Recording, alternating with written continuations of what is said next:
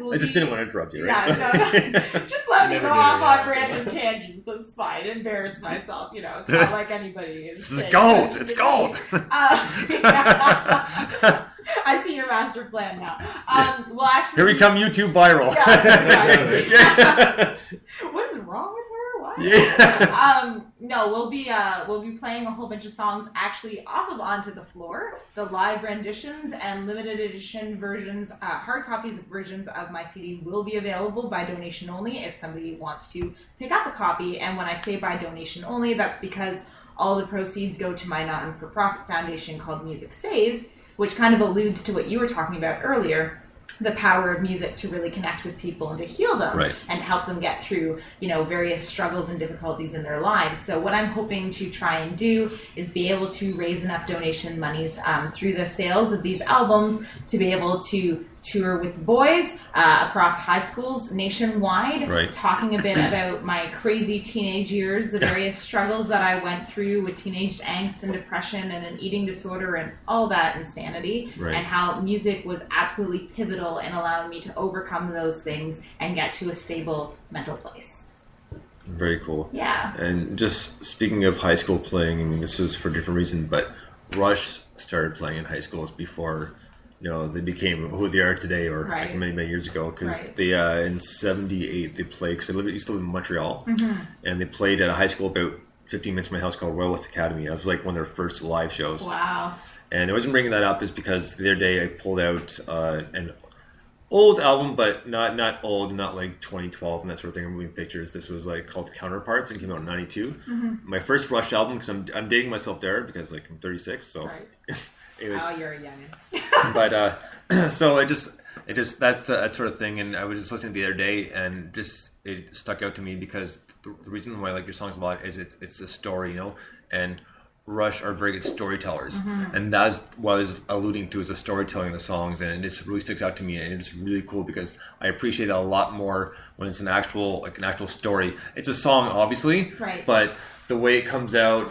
You can follow along, but it's not like you're reading a book or anything. Right, and I feel like in modern songwriting, at least in terms of what's topping the charts, if it wasn't already superficial, it's gotten increasingly so, and it's just so much just about having that hooky chorus, right? Like 90% of the song is just the chorus, and nothing's really being put into thought in terms of coming up with a narrative and coming up with things that people can relate to and actually like really extrapolating upon ideas. And so, I've never actually sat down and been like, all right, 30 seconds into the song, this is where it has to come in terms of the chorus and written according to structure in terms of what's going to make something single worthy.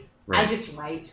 If people like it, that's awesome. If they don't, that's fine too. There's plenty of music out there to appeal to everybody. But I honestly, it's all about, to me, being organic and real and, genuine to who I am as an artist and hoping that it makes a difference in other people's lives. That's all it's about for me. It's just about being literally just a musician. Right, and you also don't have someone telling you like what to write and what to make. I would never go for that anyway.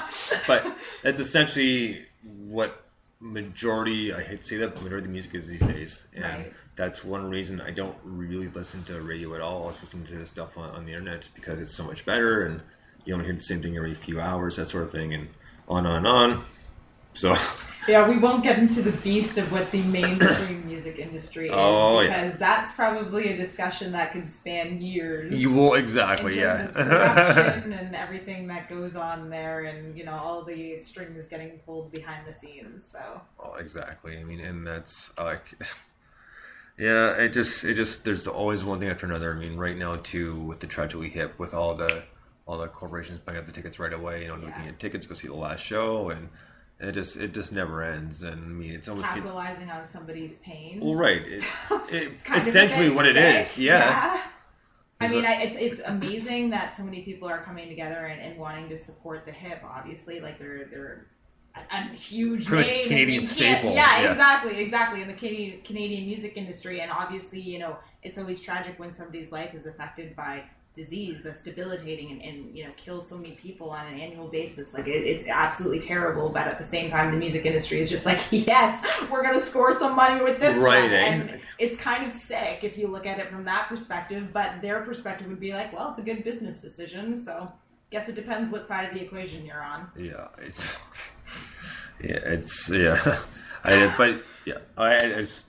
I'm that aside, I have seen them a few times.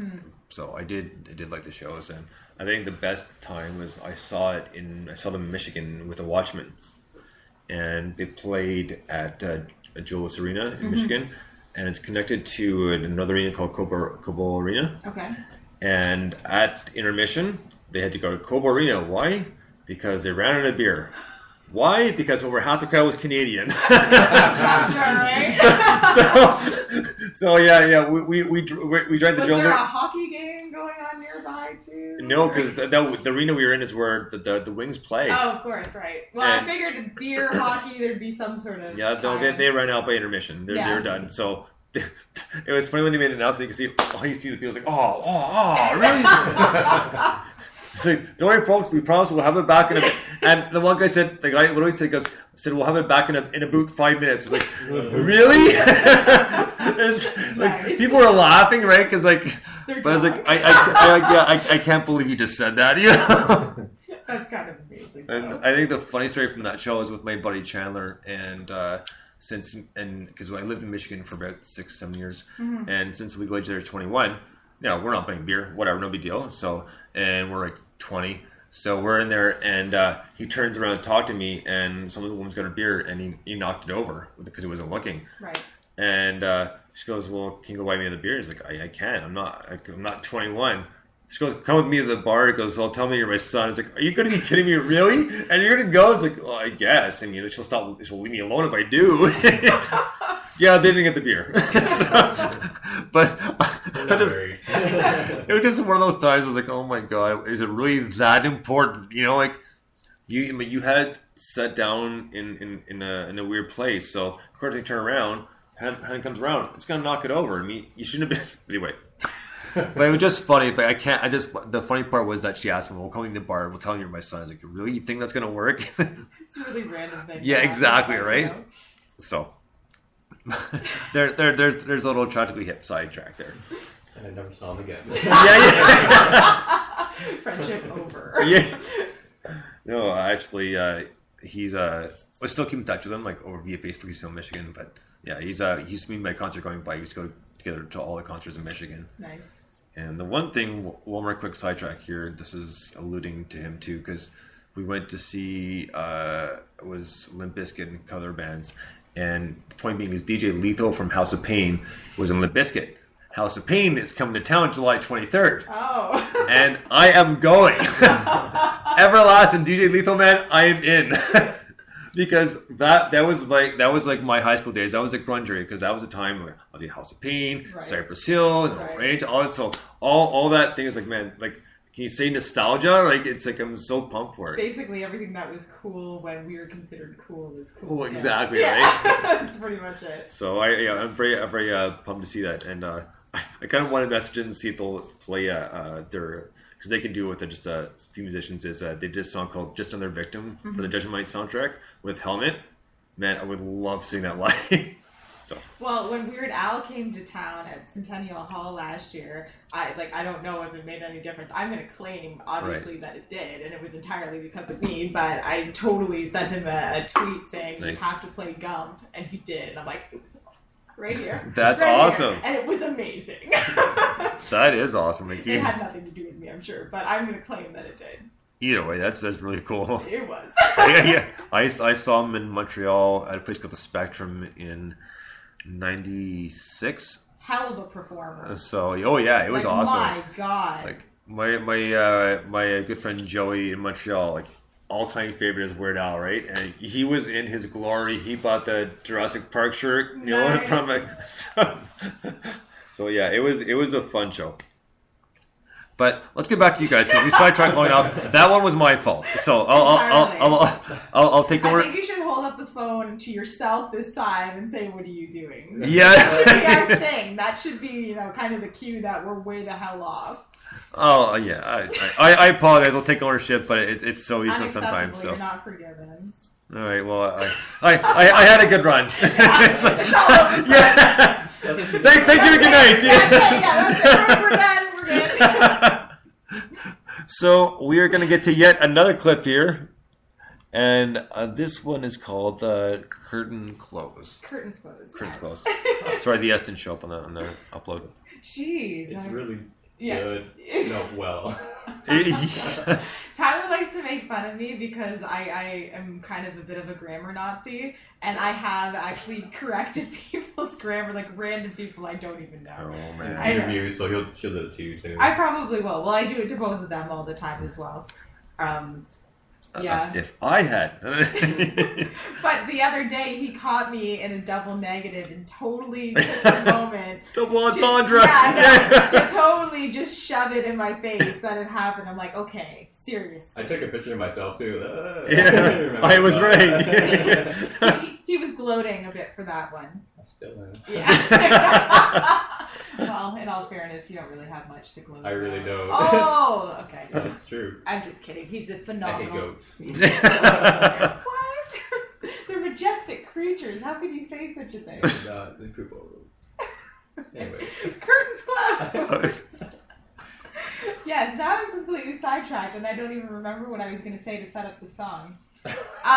Okay, so what I can say about this, as opposed to talking lyrically or about the content of it, because I've done that with the other ones, with Curtains Closed, a good girlfriend of mine, actually, Samantha Hui, she is a phenomenal singer-songwriter. She was actually based out of London. She now lives out on the West Coast. Right. It was her who inspired me to put the crazy, weird outro on the end of the song that doesn't seem to make sense, but it does. So it was all about her. She inspired me, and I look up to her a lot. I think she's remarkably talented.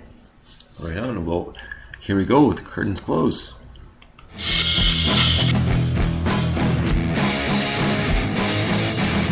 Tell me why don't you see when you look at me? Tell me why don't you feel when you're touching me? You say that you hear, but are you listening? Tell me that you care, but you're still giving. Tell me why don't you taste when you're experiencing? Tell me why. All right, that was Curtains Close, and I made a comment, and I corrected you. I got corrected, even though it was my own personal opinion, but I got corrected anyways. So what I said is I said the harmonies kind of sound right like Brick of Salt, and then I got corrected to say that.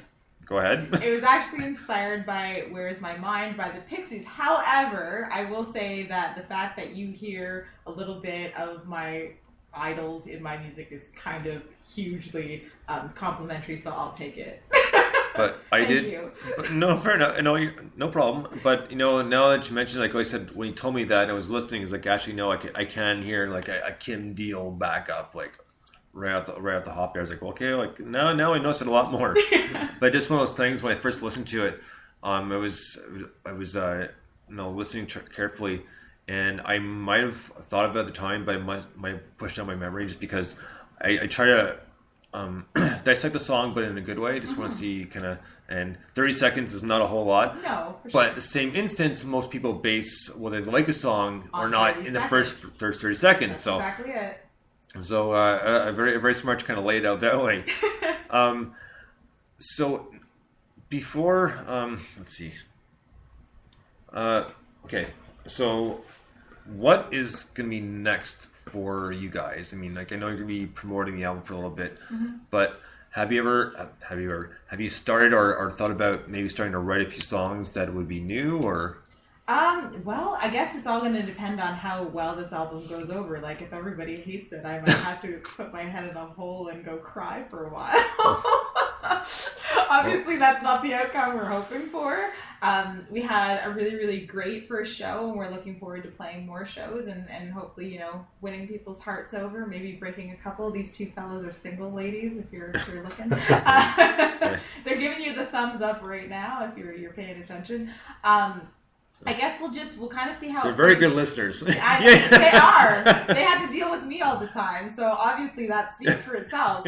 But we'll see how it plays out. I mean, I'm not somebody who likes trying to plan ahead too much because I think inevitably life happens. So, what we want to do is obviously give this album its best chance. So play as many shows as we can promoting it.